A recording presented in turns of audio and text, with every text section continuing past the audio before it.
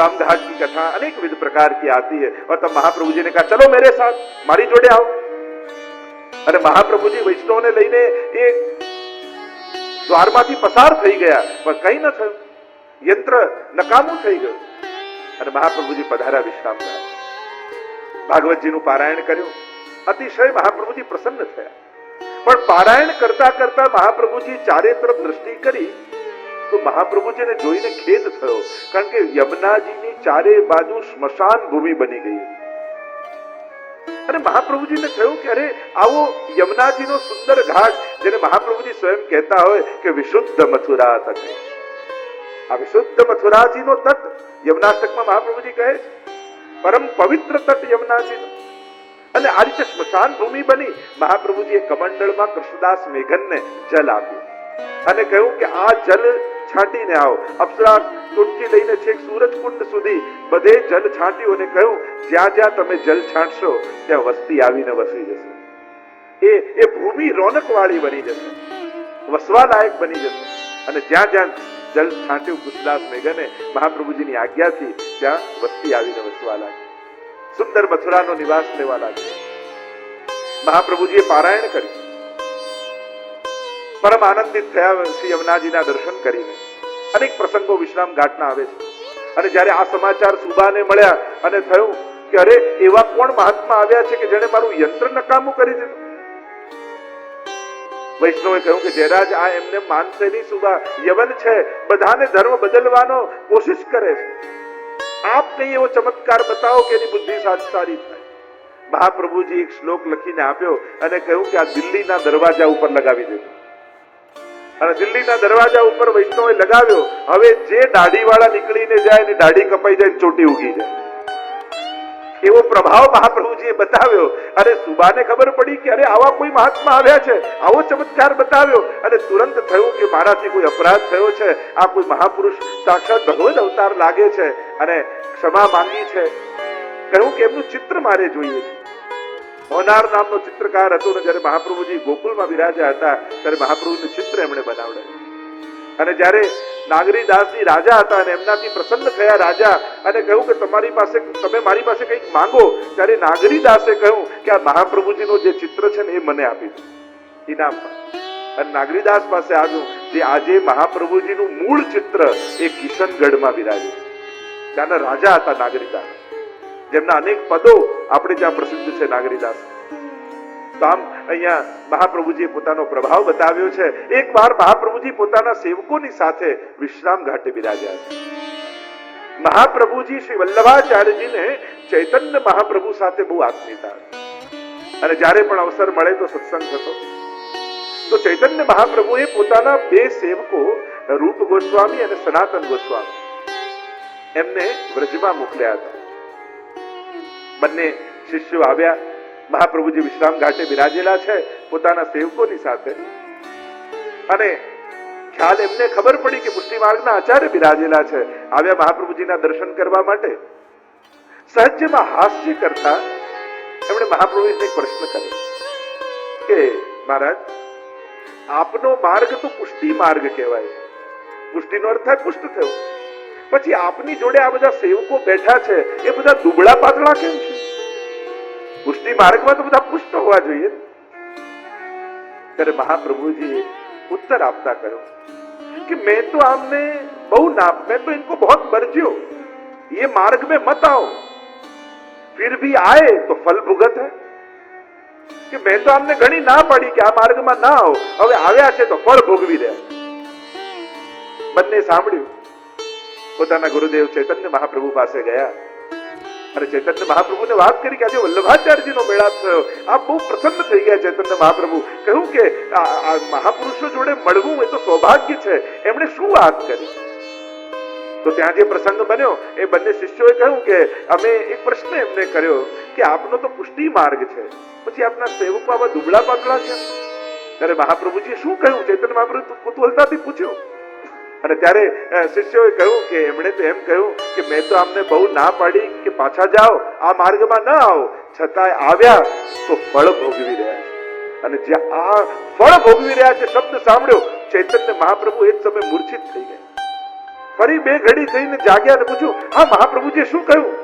કે કહ્યું કે મેં તો ના પાડી, પણ આ માર્ગમાં આવ્યા તો એનો ફલ ભોગવી રહ્યા છે. પાછા મૂર્છિત થઈ ગયા. ત્રીજી વાર જાગૃત થયા અને ફરી પૂછ્યું, હા શું કહ્યું વલ્લભાચાર્યજીએ કે આ માર્ગમાં પડ્યા ને ફળ ભોગવીએ? અને જ્યાં મૂર્છિત થવા જાય શિષ્યોએ પકડી લીધા. અરે ગુરુદેવ, આમ મૂર્છિત કેમ થાવ છો? એવું તો શું કહ્યું કે જે અમે ન સમજ્યા અને જે આપ સમજી ગયા? ત્યારે ચૈતન્ય મહાપ્રભુએ કહ્યું કે મહાપુરુષોની વાણી સાધારણ નથી હોતી, એમના હાસ્યમાં પણ ઉપદેશ હોય છે. એટલે જ આપણે ત્યાં ગોકુલનાથજીના હાસ્ય પ્રસંગો ગવાય છે, કારણ કે મહાપુરુષોનું હસવું પણ કંઈક પ્રેરણા આપે. શું સમજાવવા માંગ્યું? ત્યારે ચૈતન્ય મહાપ્રભુએ સમજાવતા કહ્યું કે સ્વયં વલ્લભાચાર્યજી તો એટલી મોટી વાત કરી કે જેમ ગોપીજનો રાસમાં ઠાકોરજી પાસે આવ્યા હતા અને ઠાકોરજીએ કહ્યું કે તમે ઘરે જાઓ, પાછા જતા રહો, ધર્મનો ઉપદેશ કર્યો, પણ ન ગયા તો રાસનું પરમ ફળ ભોગવ્યું ગોપીજનોએ. એમ જ મહાપ્રભુજી એમ કહ્યું ઈશારાથી કે આ વૈષ્ણવને મેં કહ્યું પાછા જાઓ, પુષ્ટિ માર્ગ તો તાપ ક્લેશ અને વિરહનો માર્ગ છે, ન ગયા તો આ પરમ વિરહનું ફળ ભોગવી રહ્યા છે, એ ફલાત્મક દશાનો અનુભવ કરી રહ્યા છે મારી જોડે. અને ત્યારે એ શિષ્યોને સમજાયું કે શ્રી વલ્લભાચાર્યજી તો સાક્ષાત વિરહાનલ સ્વરૂપ છે, વિરહનું સ્વરૂપ છે. આવો ભાવ અહીંયા બતાવે. આમ વિશ્રામ ઘાટ ઉપર અનેક પ્રકારની પ્રસંગો અને કથાઓ અહીંયા વર્ણન કરવામાં આવે છે આચાર્યો દ્વારા, ભગવદીઓ દ્વારા. વિશ્રામ ઘાટથી જ્યારે આપણી યાત્રા આગળ નીકળે, અનેક મંદિરો બિરાજમાન છે. જ્યારે યાત્રા કરતા હોય ત્યારે અંતર્ગ્રહી પરિક્રમા થાય મથુરાની. એક દિવસ પહેલો મુકામ મથુરામાં હોય અને મથુરાના જેટલા મંદિરો છે એ બધા મંદિરોના દર્શન કરવામાં આવે. તીર્થયાત્રાનો એ નિયમ છે કે કોઈ પણ મંદિરનું અતિક્રમણ કરીને યાત્રા નહીં કરવી. યાત્રાનો એવો નિયમ આવે છે કે વચમાં જે પણ મંદિર આવતા હોય ત્યાં વંદન જરૂર કરવું. અને વ્રજમાં સમસ્ત દેવી અને દેવતાઓ બધા જ બિરાજમાન. સ્વયં મહાદેવજી તો ક્ષેત્રપાલ છે મથુરાના, સ્વયં રક્ષા કરે છે. અહીંયા યાત્રા શરૂ થાય, બધા મંદિરોનું તો દર્શન આપણે ન કરી શકીએ, પણ જ્યારે સત્સંગ અમુક સમયમાં જ્યારે વિસ્તાર કરવાનો હોય તો પુષ્ટિ માર્ગી જેટલા મંદિરો આવે ત્યાં આપણે જ્યારે યાત્રા શરૂ કરીએ, રાજાધિરાજનું મંદિર, શ્રી દ્વારકાધીશનું મંદિર આવે, ત્યાં દ્વારકાધીશને આપણે વંદન કરીએ. આગળ દાઉજીનું, શ્રી મદન મોહનજીનું મંદિર આવે, ત્યાં મદન મોહનલાલને દંડવત કરીએ. આગળ બંગાળી ઘાટ ઉપર છોટે મદન મોહનજીનું મંદિર આવે, ત્યાં આપણે વંદન કરીએ. શ્રીનાથજીનું મંદિર આવે, શ્રી ગોવર્ધનનાથજીનું મંદિર આવે. અનેક પ્રકારના પુષ્ટિ માર્ગના મંદિરો અનેકવિધ ત્યાં બિરાજમાન છે. પ્રાચીન આચાર્યો તો મથુરામાં બિરાજતા, એટલે એ મંદિરોના દર્શન કરતા કરતા તમે જાઓ તો ત્યાં સતઘરા આવે. સતઘરા એટલે ગુસાઈજીનું ઘર. શ્રી ગુસાઈજી અડેલ બિરાજતા અને આપની ઈચ્છા વ્રજવાસ કરવાની થઈ. શ્રી ગુસાઈજીના દ્વિતીય વિવાહ થયા અને ગઢાની રાણી દુર્ગાવતી ગુસાઈજીમાં ખૂબ ભાવ રાખતા અને એમને મનમાં મનોરથ થયો કે ગુસાઈજી માટે મથુરામાં હું ઘર સિદ્ધ કરાવું. અને આ સતઘરા દુર્ગાવતી રાણીએ ગુસાઈજી માટે સિદ્ધ કરાવ્યું. સાતે લાલજી ને ગુસાઈજીએ એક એક સ્વરૂપ સેવામાં પધરાવી દીધું. જો ગુસાઈજીની વિચારધારા સાતે ઘર જુદા જુદા બાંધવાની નહોતી, ગુસાઈજીની વિચારધારા એ સદઘરા બનાવવાની હતી કે મારા સાતે લાલજી એક સાથે એક ઘરમાં બિરાજી અને સાતે સ્વરૂપની સેવા કરે. સાત સ્વરૂપ સોહામણા 8મા આખ્યાનમાં ગોપાલદાસજી સુંદર વર્ણન કર્યું કે કેવી શોભા ગુસાઈજીના ઘરની છે. સાતે લાલજી, સાતે વહુજી, બેટીજી અને સાતેના માથે એક એક ભગવત સ્વરૂપ બિરાજતા હોય અને એક ઘરમાં બધા સાથે રહી અને ઠાકોરજીની સેવા કરતા હોય. નિત્યપતિ ક્ષણો ક્ષણો શ્રી વલ્લભનો પરિવાર રસના જે 9મા આખ્યાનમાં ગોપાલદાસજી ગાય, એવી શોભા છે. સાતેને જુદા પાડવાની વિચારધારા ગુસાઈજીની નથી. ગુસાઈજીની વિચારધારા એક ઘરમાં સાથે સેવા કરેલી છે અને આમ સતઘરા બનાવી. સ્વયં ગુસાઈજી ત્યાં આવીને બિરાજ્યા છે. સુંદર રીતે સેવા થઈ રહી છે. સાત સ્વરૂપ સોહામણા, બધાના માથે એક એક ભગવત સ્વરૂપ બિરાજે છે. એક વાર ગુસાઈજી પરદેશ કરવા પધાર્યા. મહાવદ સાતમનો દિવસ, જેને આપણે શ્રીનાથજીનો પાટોત્સવ પણ કહીએ. ખેલના દિવસો ચાલતા હોય ત્યારે શ્રીનાથજીના પાટોત્સવનો દિવસ આવે, મહાવદ સાતમ. ગિરધરજી પધાર્યા છે શ્રીનાથજીના દર્શન કરવા, અને શ્રીનાથજી બિરાજે છે ગિરિરાજજીની ઉપર જતીપરા.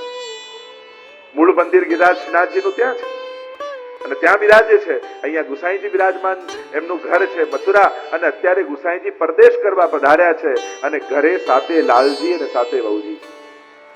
સ્વયં ગિરધરજી પધાર્યા છે શ્રીનાથજીના દર્શન કરવા, અને શ્રીનાથજીએ એ સમયે આજ્ઞા કરી કે ગિરધર મોકું તુમારો ઘર દેખવે આનો. કે મેં સાંભળ્યું છે કે કાકાજીનું નવું સુંદર ઘર બન્યું છે. સાંભળ્યું તો છે પણ જોયું નથી. એ ગિરધરલાલજી, મારી ઈચ્છા છે કે હું તમારી સાથે કાકાજીનું ઘર જોવા માટે આવું, ગુસાઈજીનું ઘર જોવા માટે આવું. અરે બાબા, હજી કઈ તૈયારી તો છે નહીં. શ્રીનાથજીએ કહ્યું, ઘરે આવવામાં કઈ તૈયારી કરવાની? ગુસાઈજીનું ઘર મારું જ તો ઘર છે. અને એમ એ સમયે કહેવાય છે કે ગિરધરજીએ શ્રીનાથજીનું સ્વરૂપ કેવું છે, કેટલું મોટું. પોતાના ખભા ઉપર શ્રીનાથજીને પધરાવે, અને પર્વત પરથી ખભા ઉપર પધરાવી અને ગિરધરજી ચાલ્યા શ્રીનાથજીને લઈ.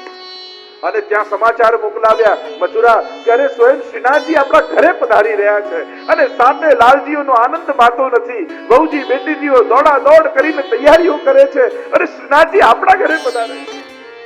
આનંદનો પાર રહ્યો નથી. કોઈ કે હું આ ધરાવું, આ રોગાવું, આ સમર્પિત કરીશ, અને ઉતાવળે પધાર્યા. અને ઉતાવળમાં બીજું કંઈ હતું નહીં, એટલે રોટલી બનાવી હતી વહુજીએ, એના પર ઘી ચોપડીને ખાંડ ભોરકાવી, એટલે એને કહેવાય ખરમંડાની સામગ્રી. આજે પણ મહાવદ સાતમ હોય ત્યારે શ્રીનાથજી બાવાને ખરમંડાની સામગ્રી આરોગાવે.